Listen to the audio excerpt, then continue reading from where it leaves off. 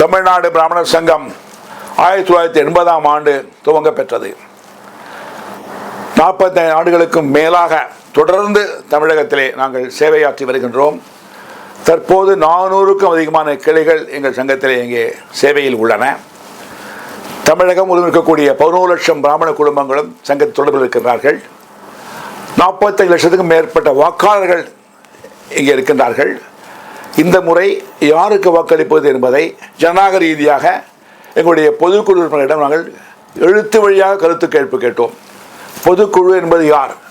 கிளை பொறுப்பாளர்கள், மாவட்ட பொறுப்பாளர்கள் மற்றும் மாநில பொறுப்பாளர்களை கொண்டது எங்களுடைய பொதுக்குழு. 3500 பேருக்கும் மேல் உள்ளனர்.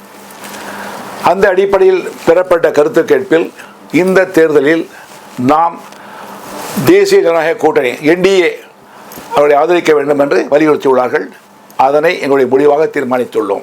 இந்த தேர்தலில் எங்களது ஆதரவு தேசிய ஜனநாயக கூட்டணிக்கு என்று முடிவாகி உள்ளது. எங்களுடைய எதிர்பார்ப்பாக நாங்கள் வைக்கின்ற விஷயங்கள் நிறைய விஷயங்கள் சொல்லலாம் இருந்தால் கூட 2 முக்கியமான விஷயங்கள் நான் குறிப்பிட விரும்புகின்றேன். முதல் விஷயம், தமிழகத்திலும் 10% இடஒதுக்கீடு நடைமுறைப்படுத்த வேண்டும், கல்வியிலும் வேலை வாய்ப்பிலும் என்கின்றதை வலியுறுத்துகின்றோம். இரண்டாவதாக, முற்பட்டோரில் இணைந்தோருக்கான, அதாவது போர் அமங் தி ஃபார்வர்ட் கம்யூனிட்டிஸ், அவர்கள் ஒரு நலவாரியம் அமைக்க வேண்டும் என்பதையும் நாங்கள் வலியுறுத்தி கோரிக்கை முன்வைக்கின்றோம். பல ஆண்டுகளாக எங்களுடைய வாக்கு வங்கியை நாங்கள் முனைப்போடு தயார் செய்து வருகின்றோம். தற்போது மிகப்பெரிய வாக்கு வங்கியாக திகழ்கின்றோம். இந்த தேர்தலில் எங்களுடைய வாக்கு வங்கி என்பது மிகவும் பலமுள்ளதாக உருவாகி இருக்கின்றது.